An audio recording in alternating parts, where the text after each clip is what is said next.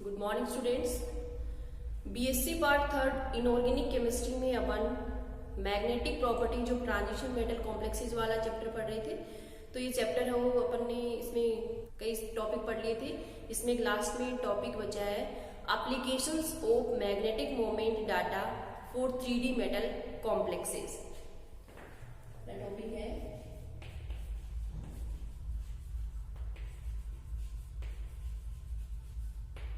applications of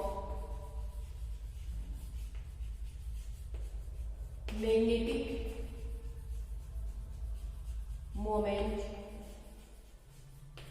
data for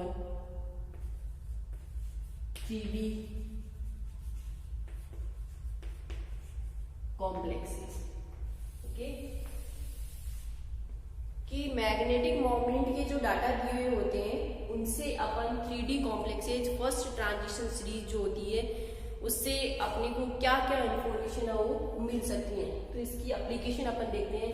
जैसे देखो first आता है इसमें कि मैग्नेटिक मोमेंट का डाटा अपने को दिया हुआ हो और उससे अपने को पता चलेगा कि कॉम्प्लेक्स है वो हाई स्पिन बनेगा या फिर लो स्पिन कॉम्प्लेक्स बनेगा। तो फर्स्ट क्या ले लें, हाई स्पिन और लो spin complexes.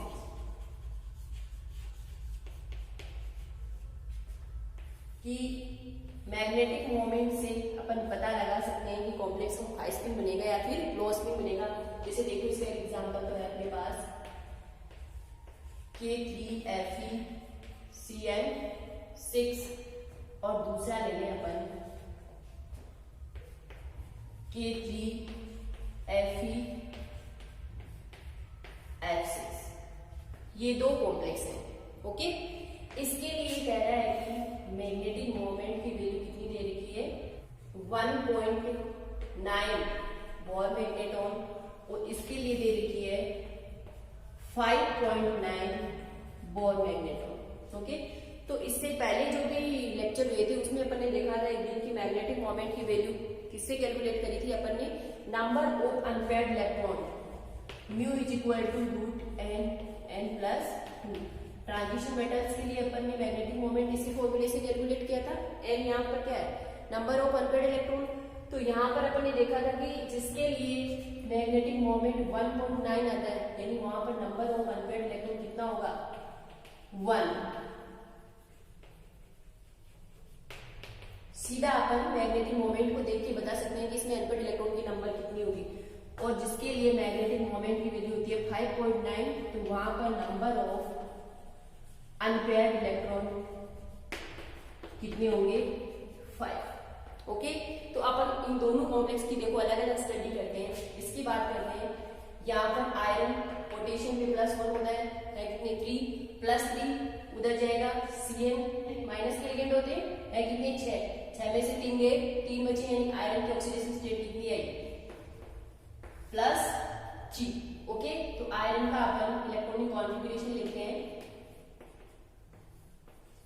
Organ 3d6 4s2। ये होता है ऑक्सीडेशन स्टेट है +3 तो इसमें इसका कॉन्फ़िगरेशन कितना हो जाएगा 3 इलेक्ट्रॉन कम कर दें 3d5। ओके, देखो यहां पर अब अपन इन्हें फिल करते हैं 1 2 3 4 और 5 1 2 3 4 5। ओके, 5 इलेक्ट्रॉन d5 है। अब देखो यहाँ पर लिगेंड देखते हैं अपन कौन से लिगेंड है, साइनाइड लिगेंड है। साइनाइड लिगेंड कैसे होते हैं, स्ट्रॉन्ग लिगेंड। तो क्या लिखेंगे, due to presence of strong ligand. Strong ligand कौन से हैं, साइनाइड। तो क्या होगा यहाँ पर स्ट्रॉन्ग लिगेंड की प्रेजेंस में इलेक्ट्रॉन से क्या हो जाती है, पेयरिंग हो जाती है। तो अब यहाँ पर क्या रह जाएगा, यहाँ पर इलेक्ट्रॉन की पेयरिंग करवा दें 1 2 3 4 5। 3d के बाद 4s और 4s के बाद में 4p 3d 4s 4p 3d 4s और ये 4p। अब देखो यहाँ पर अंदर वाले दो d इलेक्ट्रॉन क्या है, वैकेंट है, यानी हाइब्रिडाइजेशन में भाग लेंगे।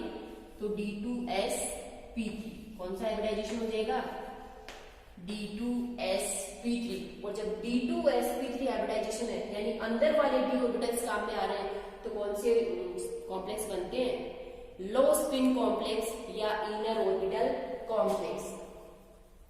क्या लिखिए, लो स्पिन या इन्हें कहते हैं इनर ऑर्बिटल कॉम्प्लेक्सेस। यहाँ पर लो स्पिन क्यों बोला है, क्योंकि स्ट्रॉन्ग लिगेंड की प्रेजेंस में इलेक्ट्रॉन्स की क्या हो गई, पेयरिंग, यानी स्पिन क्या हो गई इनकी, कम हो गई, इसलिए ये लो स्पिन कॉम्प्लेक्स है। इनर ऑर्बिटल की हाइब्रिडाइजेशन में अंदर वाले डी ऑर्बिटल्स काम में आ रहे हैं, इसलिए लो स्पिन या इनर ऑर्बिटल कॉम्प्लेक्सेस। तो अपन यहाँ से बोर में जो मैग्नेटिक मोमेंट की वैल्यू दी हुई होती है, मैग्नेटिक मोमेंट डाटा, उसे पता लगा सकते हैं कि कोई कॉम्प्लेक्स इनर ऑर्बिटल या फिर लो स्पिन बनेगा या आउटर ऑर्बिटल और हाई स्पिन बनेगा। ओके, तो ये तो होगी बात इस कॉम्प्लेक्स की। अब अपन देखते हैं, देखो इसको, यहाँ पर number of unpaired electron magnetic moment को देख के भी अपन पता लगा सकते हैं कितने हैं, 5 है। यहाँ पर भी देखो आयरन की ऑक्सीडेशन स्टेट कितनी होगी, पोटेशियम प्लस की है 3, फ्लोराइड -8 है, ऑक्सीडेशन स्टेट कितनी होगी, +3। तो यहाँ पर इलेक्ट्रॉन की कॉन्फिगरेशन क्या हो जाएगा, 3d5। ओके, 3d6 4s2 होता है, +3 में 3d5। अब देखो यहाँ पर अपन इसे ये 3d5, ये 4s और ये 4p, 1 2 3 4 और 5। अब देखो यहाँ पर लिगेंड कौन से हैं, फ्लोराइड लिगेंड है, स्ट्रॉन्ग नहीं होते यानी इलेक्ट्रॉन्स की पेयरिंग अब वो नहीं होगी, 3d 4s 4p। ओके, आगे यहाँ पर होते हैं 4d। तो अब यहां से हाइब्रिडाइजेशन में 3d में से कोई पार्टिसिपेट नहीं कर सकता, sp3d2 कौन सा हाइब्रिडाइजेशन हो गया, sp3d2। बाहर वाले डी ऑर्बिटल्स काम में आ रहे हैं, यानी आउटर ऑर्बिटल कॉम्प्लेक्स।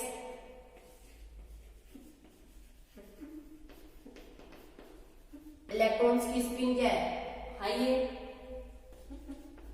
यानी नंबर ऑफ अनपेयर्ड इलेक्ट्रॉन ज्यादा से ज्यादा है, हाई स्पिन कॉम्प्लेक्स। तो यहां से अपन मैग्नेटिक मोमेंट के डाटा से बता सकते हैं, मैग्नेटिक मोमेंट की वैल्यू कम है यानी नंबर ऑफ अनपेयर्ड इलेक्ट्रॉन कम है। और नंबर ऑफ अनपेयर्ड इलेक्ट्रॉन कम कब होगी, जब लिगेंड कैसा हो, स्ट्रॉन्ग हो, या ऐसे कहें लो स्पिन कॉम्प्लेक्स बनेगा। और जब नंबर ऑफ ये जो मैग्नेटिक मोमेंट की डाटा है वो क्या हो, हाई हो, यानी नंबर ऑफ अनपेयर्ड इलेक्ट्रॉन क्या होंगे, ज्यादा होंगे। नंबर ऑफ अनपेयर्ड इलेक्ट्रॉन ज्यादा होंगे, इसका मतलब स्पिन कैसी होगी, हाई होगी, हाई स्पिन या फिर आउटर ऑर्बिटल कॉम्प्लेक्स।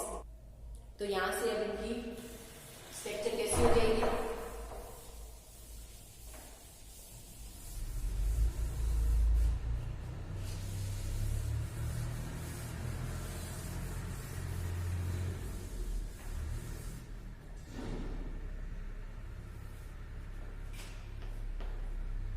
कौन सा था, K3FeCN6 यानी 6 साइनाइड लिगेंड है, वो इधर बॉन्डिंग बना लेंगे और इधर फ्लोराइड पे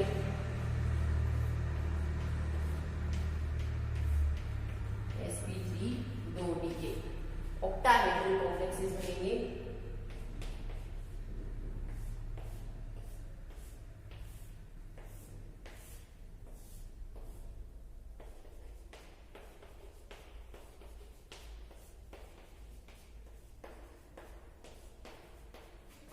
FeCN6 3 माइनस और इधर FeF6 का भी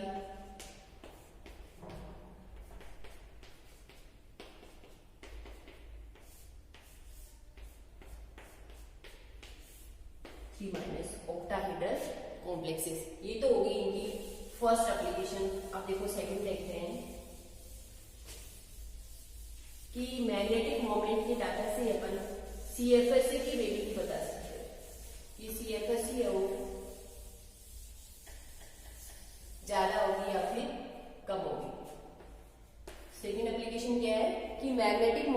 डाटा से अपन CFSE को भी बता सकते हैं कि इसके कौन से कंपाउंड के लिए CFSE ज्यादा होगी और कौन से कंपाउंड के लिए CFSE वो कम होगी।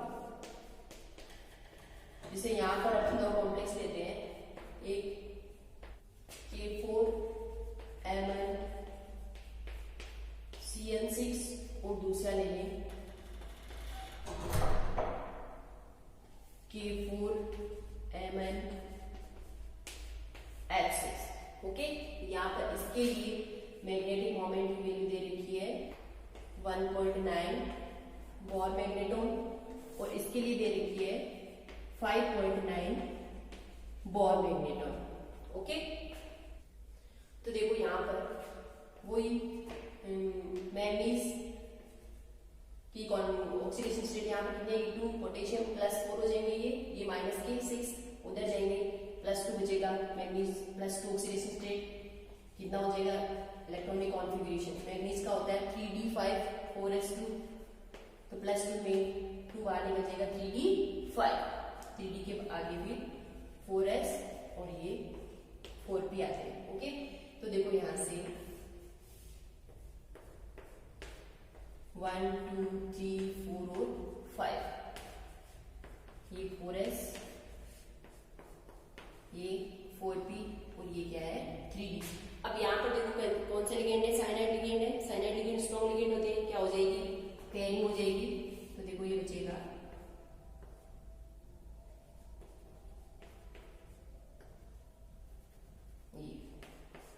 ये 4s और ये 4p।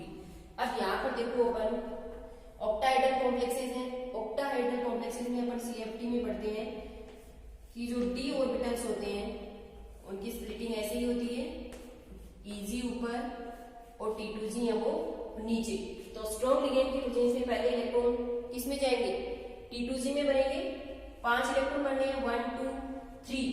अगर लिगेंड वीक होते तो अपन Eg में भर देते, लिगेंड कैसे है स्ट्रॉन्ग है तो कहाँ जाएंगे T2g में जाएंगे, यानी इलेक्ट्रॉनिक कॉन्फ़िगरेशन क्या हुआ T2g5। अब इधर देखो यहाँ पर वही मैग्नीज +2 ऑक्सीडेशन स्टेट में कितना हो जाएगा ऑर्गन 3d5,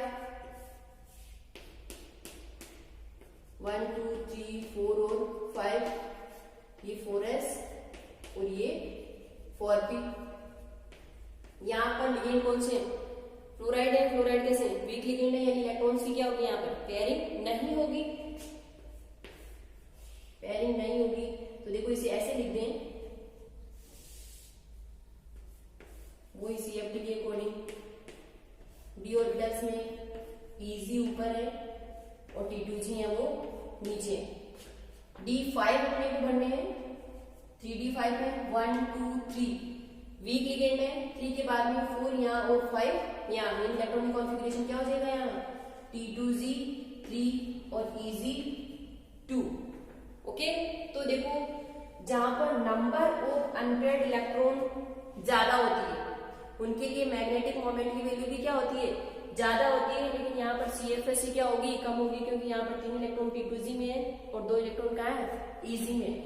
और जहां पर नंबर ऑफ अनपेयर्ड इलेक्ट्रॉन कम होगी उनके लिए मैग्नेटिक मोमेंट की वैल्यू भी क्या होगी कम होगी, और मैग्नेटिक मोमेंट की वैल्यू जब कम होगी तो यहाँ पर CFSE की वैल्यू क्या होगी ज्यादा होगी, क्योंकि इलेक्ट्रॉनिक कॉन्फ़िगरेशन क्या है T2g5, Eg में कोई इलेक्ट्रॉन नहीं है। तो अपन मैग्नेटिक मोमेंट के डाटा से ये बता सकते हैं कि किसके लिए CFSE ज्यादा होगी और किसके लिए CFSE कम होगी। तो जिसके लिए मैग्नेटिक मोमेंट ज्यादा होगा उसके लिए CFSE कम होगी, जिसके लिए मैग्नेटिक मोमेंट की वैल्यू कम होगी उसके लिए CFSE वो ज्यादा होगी। ओके, तो ये दो एप्लीकेशन अपन ने भी पढ़ी है, एक हाई स्पिन लो स्पिन वाली, दूसरी CFSE। थर्ड अब अपन देखते हैं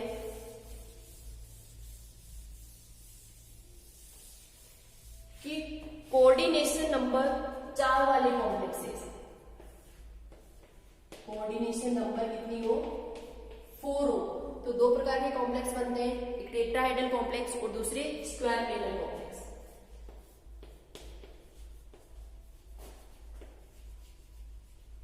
टेट्राहेड्रल और स्क्वायर प्लेन। ओके, देखो जैसे एक तो है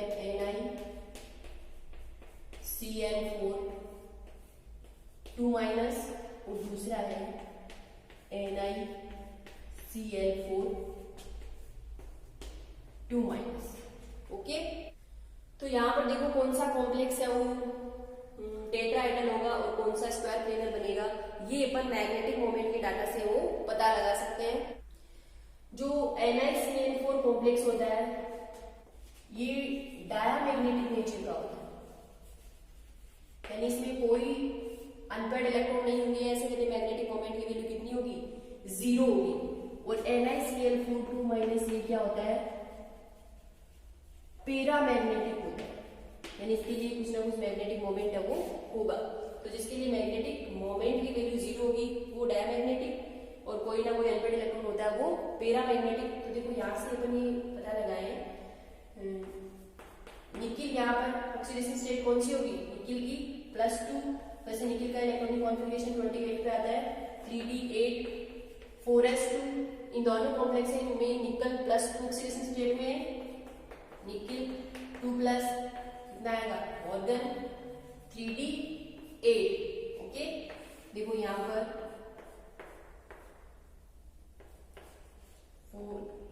3d 4s और ये 4p।